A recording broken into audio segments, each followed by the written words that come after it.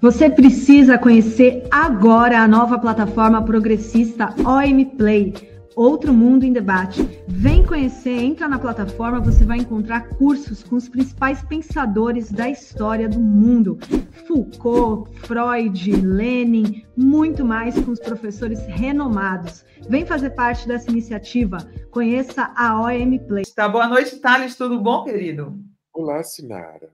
Boa noite. Prazer tê-lo aqui nessa sexta-feira que a gente ainda está na... Sinara, quando será que foi a última vez que a gente se viu? Nem lembro. A gente se viu pessoalmente? Eu nem lembro. Eu me lembro de você no Festival de Cinema de Brasília. Você verdade, Thales! Verdade. Um outro momento. É verdade, a gente se conheceu no Festival de Cinema de Brasília. Olha, quem eu conheci muito bem foi o pai do Thales, o professor Aziz Absaber, que eu fiz um livro com ele, e aí a gente tomou muito café com leite juntos. Foi isso que você veio me contar lá em Brasília, exatamente isso. E você sabe, Thales, que eu tenho todas as fitas da minha entrevista com seu pai, viu? Uma hora seria bom a gente fazer um podcast, de repente, né? Pode ser, Sinara. É interessante. Todas as fitas, ele contando a história dele todas. Vocês conhecem a vida do professor Aziz, conheçam, tá? Thales, eu te chamei aqui primeiro porque queria falar um pouquinho sobre o teu curso sobre psicanálise, né? Você está dando um curso sobre psicanálise na OM Play, e aí eu quero já começar fazendo uma provocação para você. Nos últimos tempos, tem surgido umas pessoas que se dizem defensoras da ciência que falam que a psicanálise é uma pseudociência. O que você acha desse tipo de visão? Olha, essa é uma história muito antiga. A reação de uma ciência positivista estrita, né, a história e a experiência epistemológica da psicanálise. A psicanálise é um campo complexo, é uma psicologia complexa, né? O Freud falava algumas coisas, falava psicologia profunda, né? É uma psicologia profunda cujos objetos, a nomeação, a teorização, vem da relação, vem do vínculo, né? Isso torna o processo teórico da psicanálise muito complexo. Na verdade, a psicanálise é uma coisa muito inteligente, né? E de grande impacto no século XX, tanto cultural quanto clínico, quanto na vida das pessoas. São milhares de relatos de importantes transformações que as pessoas vivem. Eu mesmo, que sou psicanalista, né, posso dizer aqui com tranquilidade que a minha vida pessoal ela é uma antes e uma depois da minha psicanálise, da minha análise pessoal. E isso é muito importante, inclusive, por um outro movimento que também está acontecendo. Um é esse, né? Mas isso é muito antigo. Essa resistência ideológica, uma resistência ideológica à psicanálise, né? É uma desconsideração da experiência epistemológica, teórica e clínica da psicanálise, né? Que é onde a psicanálise se produz. A psicanálise não se produz num laboratório diante de um objeto, ela se produz diante de alguém que fala. E, ao falar, se escuta, e, ao se escutar, se apresenta. E é nesse espaço, que de algum modo é intersubjetivo, né, que a psicanálise teoriza, né? A psicanálise é mais parecida com uma coisa no mundo das ciências naturais e objetivas.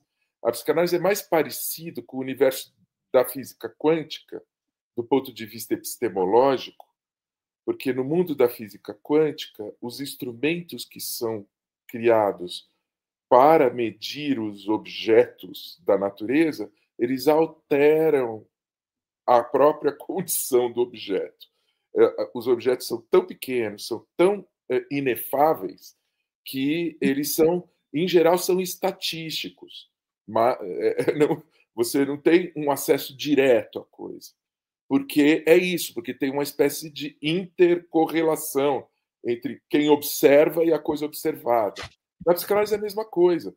O analista é um sujeito de linguagem, é um sujeito que sonha e é um pensador e participa daquela conversa. A grande complexidade, isso é a coisa mais linda no Freud, né?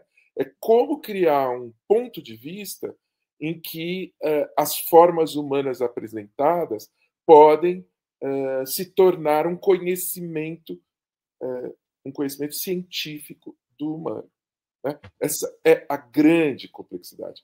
E o Freud cuida disso com muito cuidado, assim, nos textos dele, né? Epistemológicos. Porque isso é realmente complexo. Isso não é uma coisa simples, não é uma coisa óbvia, né? Então, assim, a psicanálise é um discurso rigoroso, racional, fundado em fatos, né?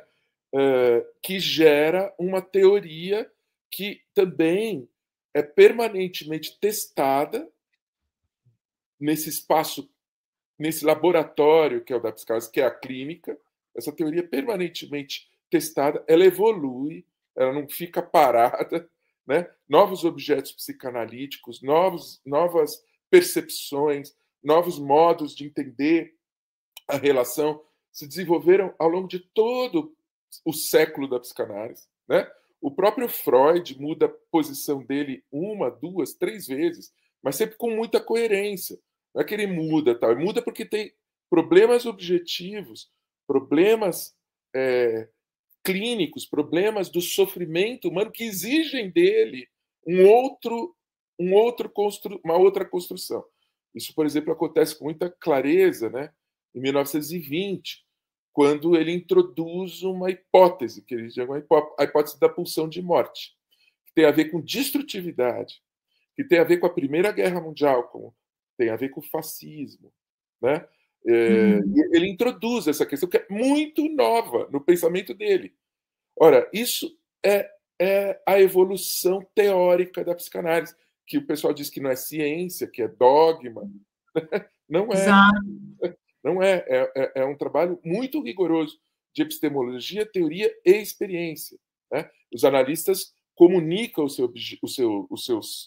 suas ideias sobre o humano e testam.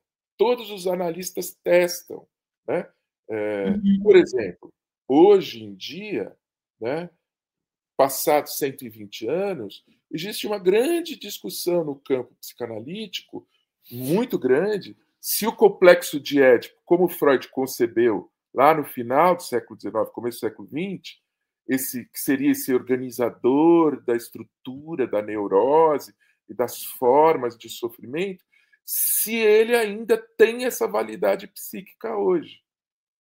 Sim, porque a transformação social de 100 anos foi de tal ordem, a socialização pela técnica, pela tecnologia, pelos meios de comunicação, é de tal escala a fusão dos indivíduos no mundo do mercado, que é o mundo das imagens, que é o mundo das excitações, que é o mundo do consumo, que é a ordem do todo.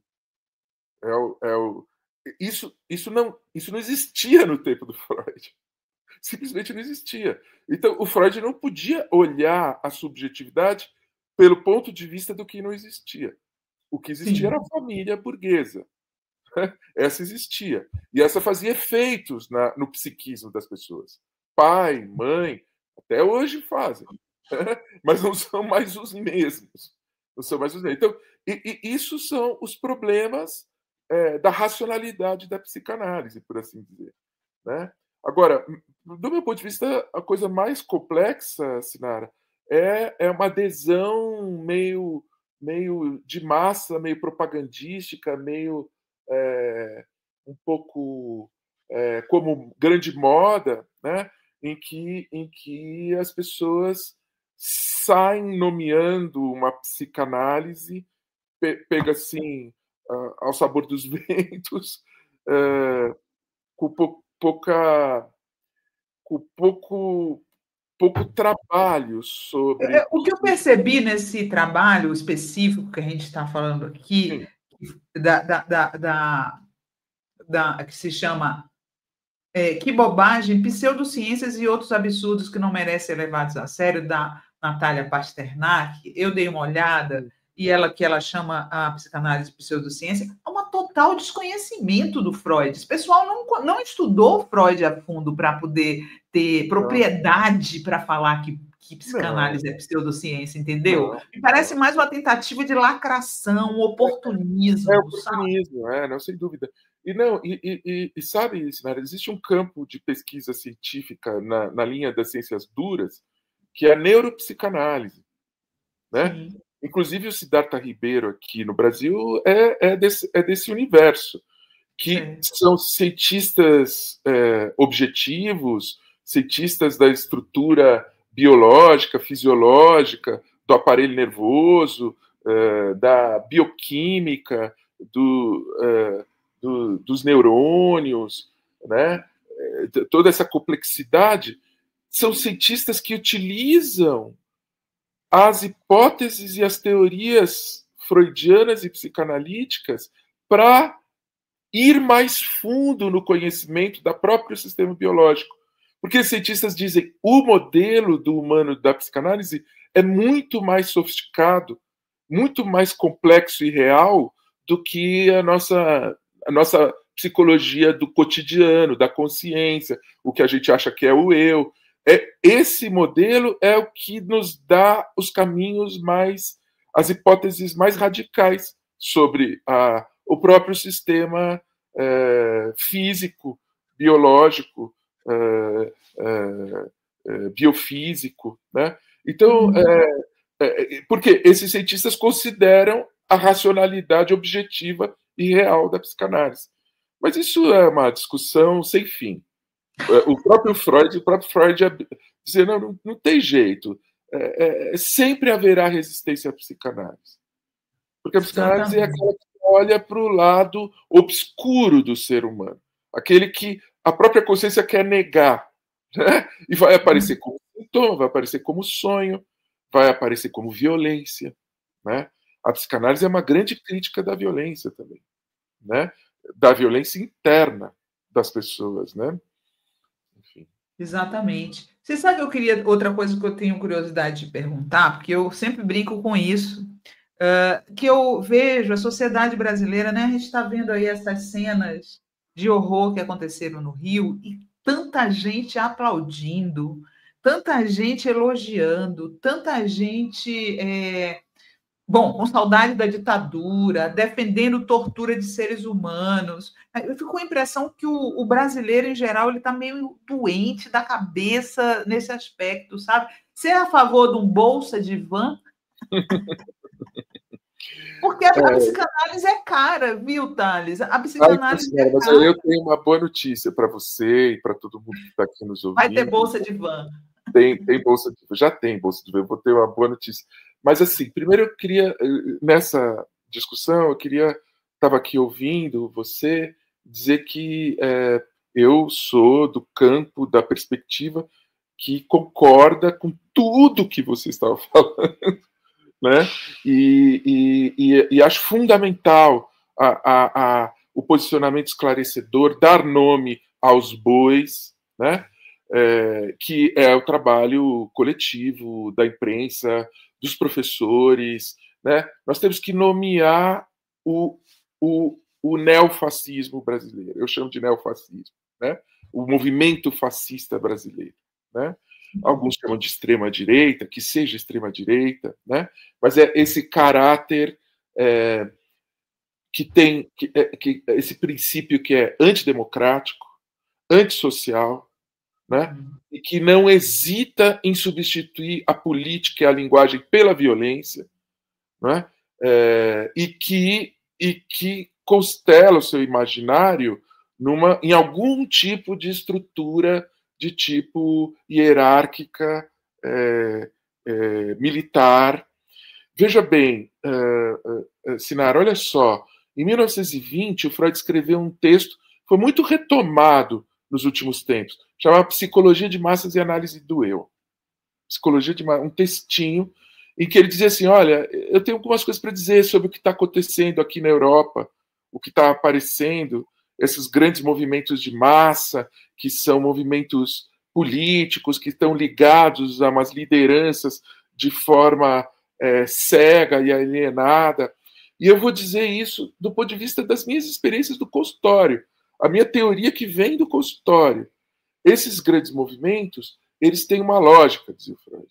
Eles produzem uma grande identificação do grupo que se une, né? Nós somos os bolsonaristas, né? Se une horizontalmente, pelo que o Freud chamava de identificação, ideais, né?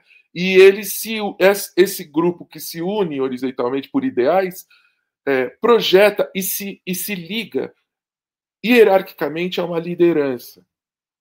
E nesse processo, esse grupo perde o pensamento, diz o Freud. Perde o pensamento. Porque esse se submeter a essa liderança é uma coisa, aí o Freud diz, é uma coisa muito arcaica, é uma coisa das origens da humanidade. Coisa tribal, né? Tribal, exatamente. Né? De guerra ou de religião, né? São as mesmas estruturas. E para você ter a proteção desse líder, você tem que anular o seu pensamento.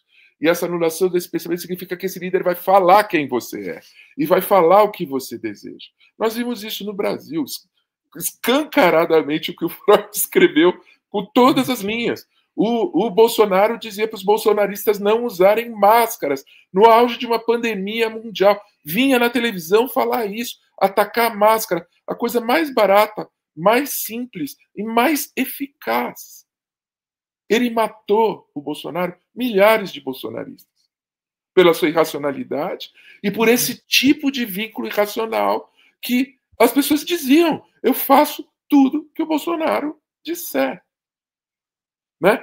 Então, isso em termos freudianos, é como Freud chamava esse tipo de produção emocional que domina o eu, rebaixa a consciência, né? É o que o Freud chamava uma formação do inconsciente.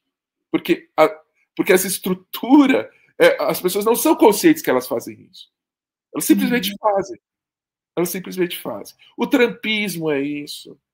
Né? Então, veja, olha que interessante, Sinara. O Freud que é tido como alienado, e essa é uma das complexidades da psicanálise, que ela tem uma estrutura de ciência, de teoria, mas ela faz efeito sobre as pessoas e sobre a cultura, sobre o entendimento do mundo. Ela é política também. E esse é um outro ponto que não se deseja a psicanálise, porque ela é fundamentalmente crítica. Como dizia o Adorno, uma frase que eu gosto muito, né?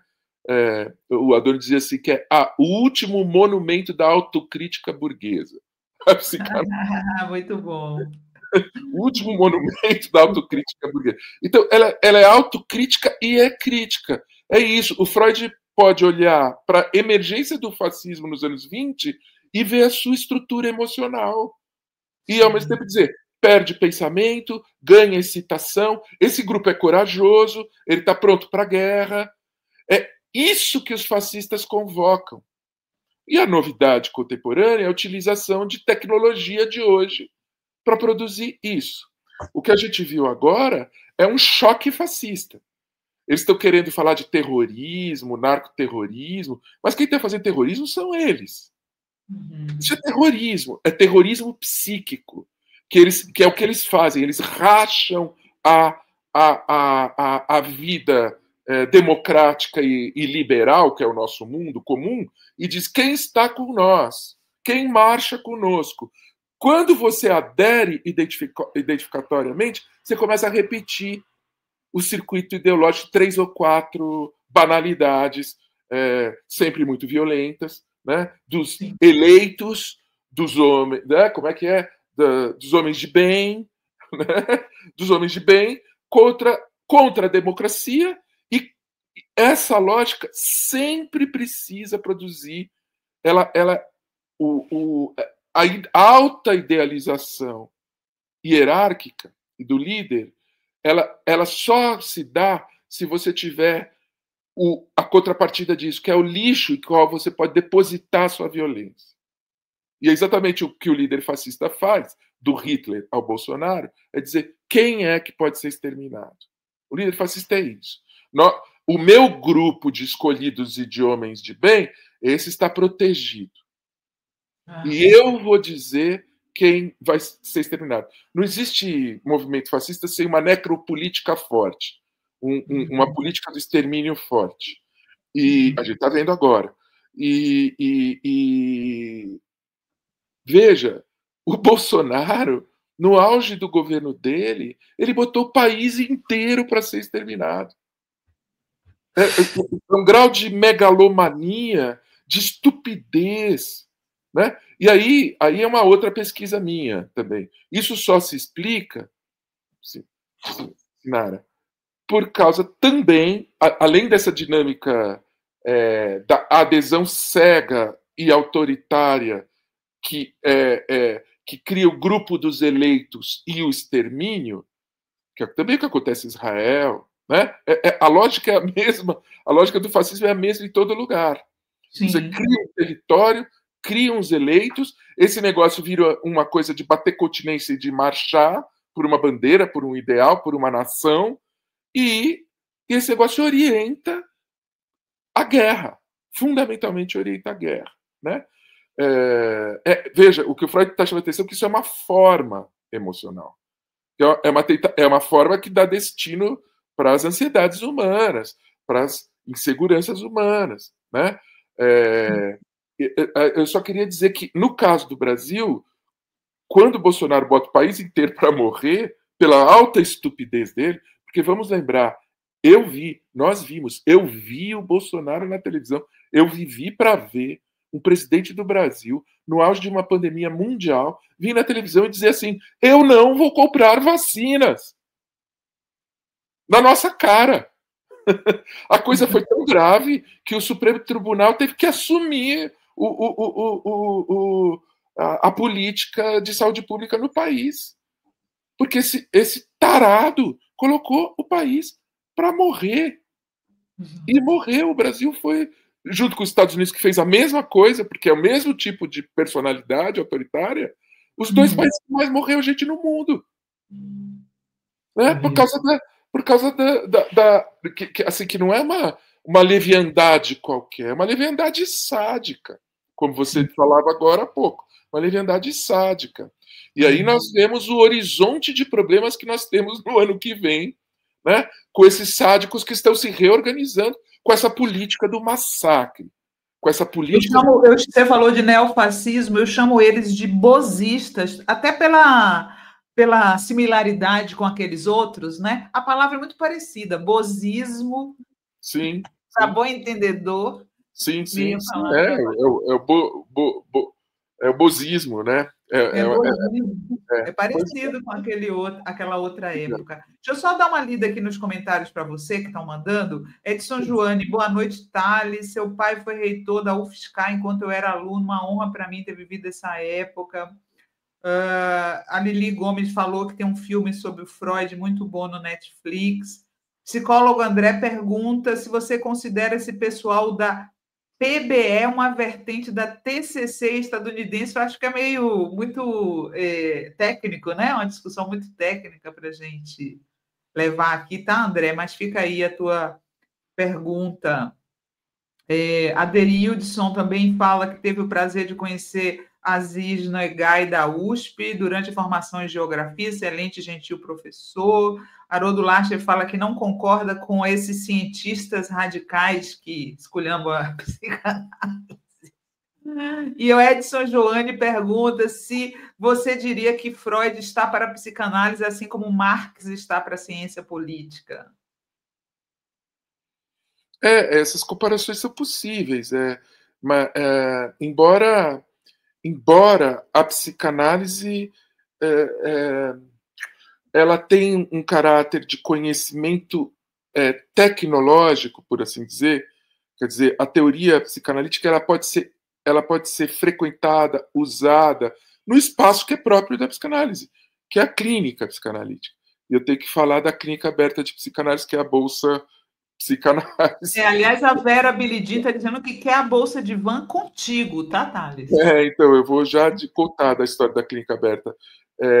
Enfim, então tem uma dimensão técnica no conhecimento dialético e crítico que a psicanálise produz, que o marxismo é um pouco mais complexo, decidir as decisões, pode gerar um stalinismo também, né? Quando alguém acha que sabe quais são as decisões corretas do mundo social, né? O marxismo é mais verdadeiro quando ele pensa que as linhas de forças contraditórias do mundo estão produzindo e vão produzir. Isso é verdade. Agora, se alguém que queira dominar essas linhas de força e controlar, já é mais complicado, né? E o psicanalista não quer dominar essas linhas de força, mas ele, de algum modo, habita as linhas de força da subjetividade, né? E deve habitar, né? A psicanálise é uma tecnologia, ela é uma prática, né?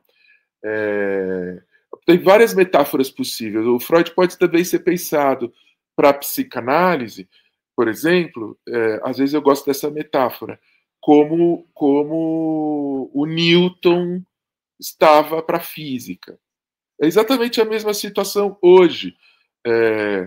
Passados 120 anos, tem muitos desenvolvimentos que na psicanálise tem nome, que nem na ciência. Os passos importantes da ciência dura, da ciência natural, também tem lá os cientistas que deram esses passos, né? Também tem nome. Tem um Einstein, né?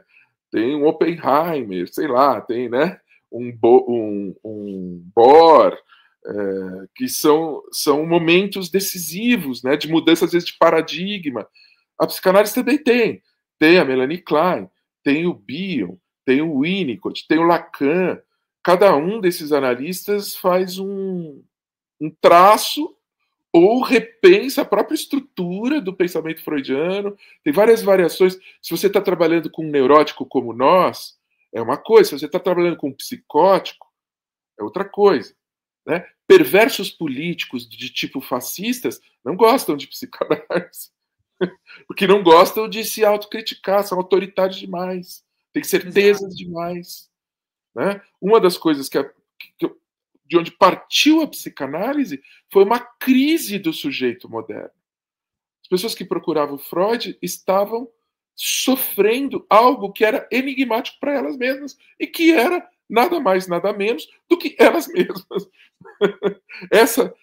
Isso que dá origem a esse lugar histórico da psicanálise, né? Então, Freud é o Newton, né? E no meu universo de referências, um analista que eu gosto muito, eu tenho um livro sobre ele, o Winnicott, Paradoxo e Experiência. O Winnicott eu faço a metáfora, amigos, mais um desejo do que verdade, né? Eu faço a metáfora de que o Winnicott é o Einstein da psicanálise, porque muda uma lógica muito profunda a partir do estudo de mães e bebês, e que é um direito universal ao recebimento de todos nós, um direito à vida, né? O Winnicott leva o dispositivo freudiano e a pesquisa freudiana para dentro da relação mãe-bebê. É muito bonito, muito bonito. E aí surgem coisas diferentes, porque um bebê e uma mãe, olhando do ponto de vista do psicanalista, não é a mesma coisa que a histérica clássica do século XIX, com a qual a psicanálise começou. Ela começou por aí. E quando ela chega no Winnicott, ela está em outro lugar. São outros fenômenos humanos que aparecem. O bebê não é um histérico, é um bebê, é dependente, é uma maravilha, é uma criação, é um acontecimento. Vão surgindo outras ideias para os psicanalistas, né? A partir do que o bebê entrega para o humano, né? Por assim dizer. E a Bolsa de Van? A Bolsa de Van, sim, Sinara. Não, isso é uma coisa muito interessante. Se você quiser, um dia eu volto aqui só para falar disso.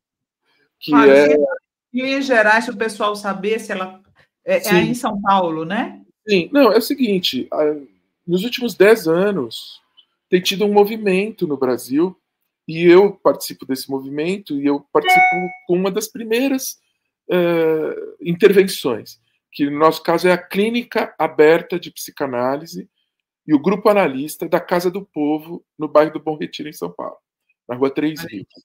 Né? Todos os sábados, das 10 da manhã às 4 da tarde, os analistas estão lá, né?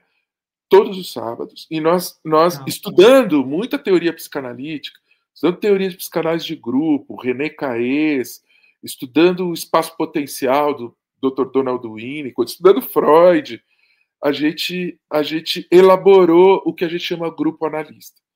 Os pacientes são atendidos por um grupo de psicanalistas.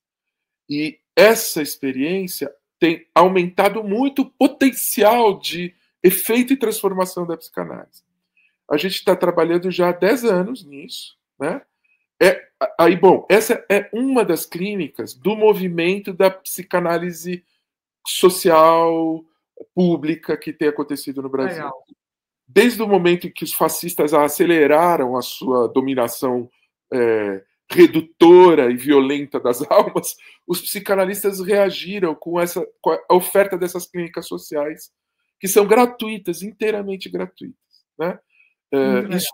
Isso tem sido observado assim na Europa, na Inglaterra. Eu já fiz várias comunicações disso em vários países, para psicanalistas de outros países. Inclusive na África do Sul, teve pessoal que me procurou para fazer na África do Sul, lugares de muita tensão, de desigualdade, mas aí é uma questão de psicanalistas de esquerda, Sinara. Porque o que leva um psicanalista a inventar um trabalho que ultrapasse aquilo que você falou. Psicanálise é cara.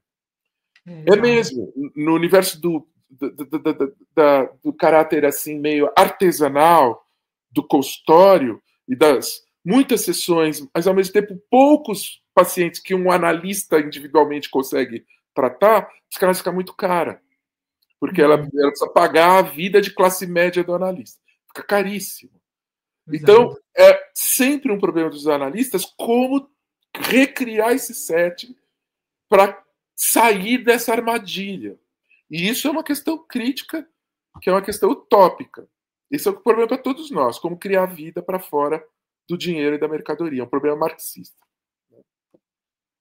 Thales, existe essa mística de que Freud falou que a culpa é da mãe, né? Existe essa mística. Agora, esses dias, a gente está vendo essa coisa nojenta da extrema-direita de culpar as mães da favela pelas mortes dos seus filhos, pelo crime organizado, né? Como é que você vê essa reação que para nós parece assim abjeta, sabe? À luz da psicanálise, como é que você vê isso daí? A direita e a extrema-direita, eles tiram o caráter histórico dos processos, tiram o caráter social dos processos. Isso daí é uma coisa de familiarizar. Porque não existe sociedade, não é a famosa frase? Não existe sociedade, só existem indivíduos e suas famílias. Né? Então, é isso. A responsabilidade não é do Estado, não é coletiva, não é social. A questão não deve ser pensada politicamente, a questão não deve ser pensada economicamente, porque se trata de um mercado mundial de drogas, articulado ao sistema financeiro. Exato. Que é realizado nos consumidores da Europa e dos Estados Unidos. Então tem muito o que pensar numa escala social e histórica, né? Que seriam pensamentos importantes para resolver esse problema de verdade, mas não. Eles criam uma clivagem, criam os matáveis, né? Criam os homens de bem e resolve tudo como se fosse um problema familiar. Que as mães, moralmente, não cuidaram dos seus filhos para eles serem de direita, para eles marcharem pelo Bolsonaro e para eles irem para a igreja. Né? Então, é pura ideologia. É pura ideologia. É uma visão de mundo que impede de pensar o problema. E como você disse, abjeto. É abjeto. Né? O problema é que nós temos massas de jovens com dificuldade de ter emprego, formação e renda, que são empregados na indústria mundial do tráfico. E esse é o problema. Né? Se nós tivéssemos qualificação para esses jovens, aí é o problema político, é o problema coletivo, é o problema de todos nós. Organização para resgatar esses jovens do seu abandono social, né? Que vai encontrar lugar nesse mercado, porque isso é um mercado que gera milhões e que, no caso, é a força do mercado da cocaína. Vamos dar nome aos bois. Os psicanalistas e os marxistas têm que dar nome aos bois. É o mercado da cocaína, que é uma droga do poder, que é uma droga utilizada por burgueses. É isso mesmo. Então, assim, nós estamos muito aquém, inclusive o governo de esquerda, da discussão que precisa ser feita. E que é uma discussão que não é Brasil, é uma discussão mundial. A quem interessa essa criminalização da indústria mundial da droga? A quem interessa? Que ela permite isso, permite os fascistas virem posar de morais sobre a massa do corpo dos outros. Né? Então, a conversa está muito mal posta, assim, do meu ponto de vista. Né? Sim, muito claro, liberdade cognitiva, né? Devia ser por aí, liberdade cognitiva. E também a hipocrisia, né? Porque as notícias que a gente tem, por exemplo, é que teve um senador de Santa Catarina que teve um caminhão das empresas da família que encontraram cocaína, depois encontraram haxixa, o avião helicópteros de fazendeiros, de políticos, né? Aviões, né? Aí nunca se chega, esses bandidos nunca são bandidos que têm que ser mortos.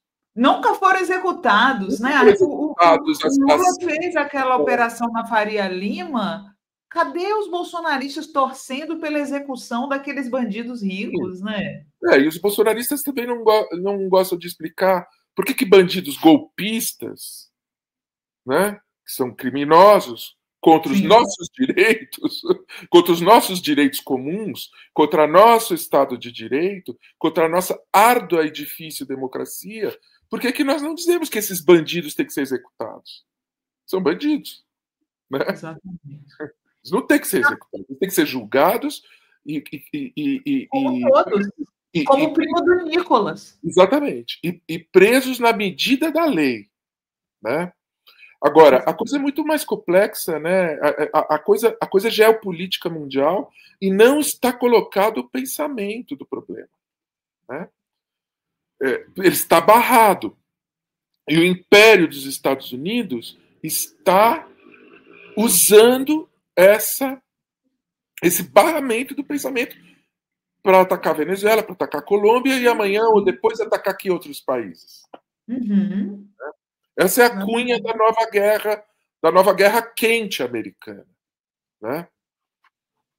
Tem mais uma pergunta que eu queria te fazer, que é o seguinte: você acha que a violência, eu vi que você tem um livro onde você estuda a escravidão, né? Aliás, eu trouxe até o livro dele aqui. Coloca aí, Gui, por favor, a capa do livro do Soldado Antropofágico, Escravidão Escravidão e Não Pensamento no Brasil, de Thales Abissaber, ele saiu pela editora Edda.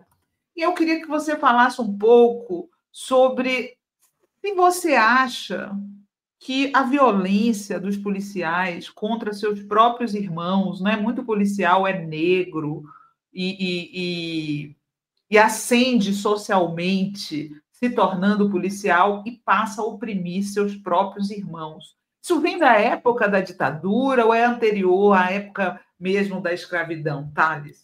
Olha, Sinara, esse livro ele começa a pensar a cisão da cultura brasileira muito forte na origem do Brasil, nos anos de 1820. ele é a discussão de um livro que um viajante alemão que esteve no Brasil em 1824, 1825, que é o tal do soldado antropofágico, veio para ser integrado ao exército brasileiro, ele volta para a Alemanha e escreve em 28 um livro chamado O Rio de Janeiro como ele é. E o que acontece? Esse Rio de Janeiro como ele é... esse Rio de Janeiro como ele é o único livro nesse tempo do Brasil, até a década de 1850, que fala da vida dos escravizados. E mais, dá voz aos escravizados, escuta algumas comunicações dos escravizados. Por isso que ele me chamou a atenção, porque ele é esse impulso que quer fazer encontrar as diferenças, que é o grande problema do Brasil desde sempre.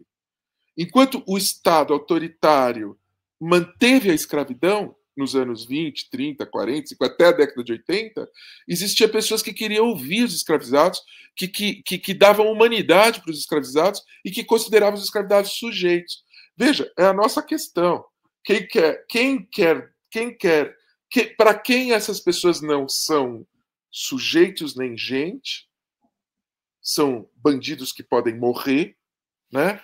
São exteriores ao reconhecimento e à justiça, à juridicidade, ao direito, e quem trabalha, que é a esquerda, né? Trabalha para incluir, para encontrar essa grande diferença que fundou o Brasil, né? Então, eu entendo, sim, que a gente tem uma má teoria sobre a história do Brasil.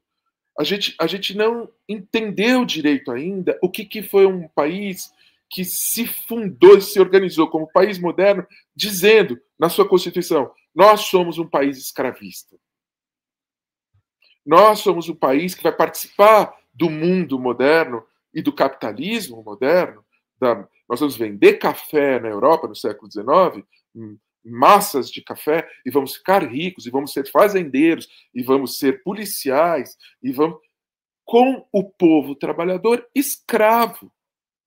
É muito diferente do processo da Inglaterra, da França, da Alemanha, muito diferente. Não só escravo, estrangeiro, importado de um outro universo, de uma outra cosmologia, e negro, e indígena, que também é descartável nesse processo da fundação desse Estado colonial, autocolonial, né? Porque aí o Brasil ele trata a si mesmo como colônia, né? O Brasil importa a forma da colônia para o próprio Estado Nacional. Então, esse livro é inteiro sobre essa questão. O que fica e que história é essa de um Estado radicalmente... Inclusive, era uma família real, que aqui o Dom Pedro I, Dom Pedro II, era uma família real que era ligada fortemente na Europa ao processo da reação contra a Revolução Francesa. Era uma família real e uma monarquia do Brasil reacionária. Era contra a Revolução Francesa, que é a emergência da história da democracia liberal. Bem ou mal, socialista ou não socialista, que abre o espaço da luta de classes que vai dar na perspectiva do Marx, é a democracia liberal. Os caras eram contra a democracia liberal. Radicalmente contra. Além de contra a democracia liberal, eram traficantes de escravizados dominados numa guerra colonial na África, que vinham para cá para ser exterminados de tanto trabalho. Então, isso é muito profundo, o caráter social de uma parte do Brasil. Para mim, tem, sim, ligação com a nossa história e com a nossa origem. É muito profundo, né? Aí você diz, mas como que ficam os pobres e negros que aderem a isso? Então, sadomasoquismo e essa organização, né? Essa organização moral que você então está do lado do bem, que é um ideal, você vai ser pago para isso. E aí você também tem o direito à violência. Isso tem muita força, né? Tem muita força, né? Agora, o grande pânico das elites, e que até deu em 64, é exatamente que os policiais e os militares e os baixos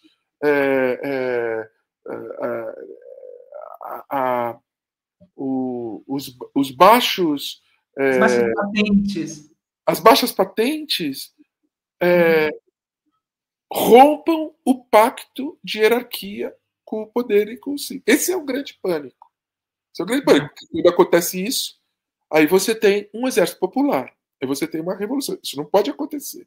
Né? Isso foi uma das coisas que, inclusive, até artificialmente, fabricando os fatos, né? Os militares e os generais de 64 justificavam pelas revoltas dos sargentos, dos cabos, a ditadura, né? Que eles mesmos estavam provocando também para poder produzir a ditadura, né? Enfim, então a coisa antissocial do Brasil, o caráter antidemocrático autoritário no Brasil é muito profundo, é muito radical, né? E isso precisa ser dito. É com essa gente que a gente está lidando. Eles se reorganizaram no processo da democracia, né? É verdade. Usando a internet, fundamentalmente a internet. Gente, é um papo ótimo. A gente poderia ficar horas aqui conversando com o Thales. Infelizmente, nosso tempo é curto, né? Daqui a pouco vai começar o Jornal da Fórum. Então, vocês já sabem, como todos e todas que vêm aqui, o Thales trouxe uma dica cultural para vocês. E ele trouxe um streaming, que é o Embaúba, onde vocês podem, inclusive, ver um filme dele, tá? Embaúba Play. E onde vocês podem assistir o filme dele. Coloca aí, por favor, Gui, o cartaz do filme dele, Intervenção, Amor Não Quer Dizer Grande Coisa, direção do Rubens Rewald e do Thales Abissaber. Tá bom? Esse filme que estava passando lá em Brasília quando a gente conversou, Sinara. Verdade. E vocês estão indicando esse streaming para a galera? Você pode explicar, Thales, por quê? Não, esse streaming é extremamente interessante. Ele é Embaúba Play. A maioria dos filmes que estão ali são gratuitos e é uma distribuidora.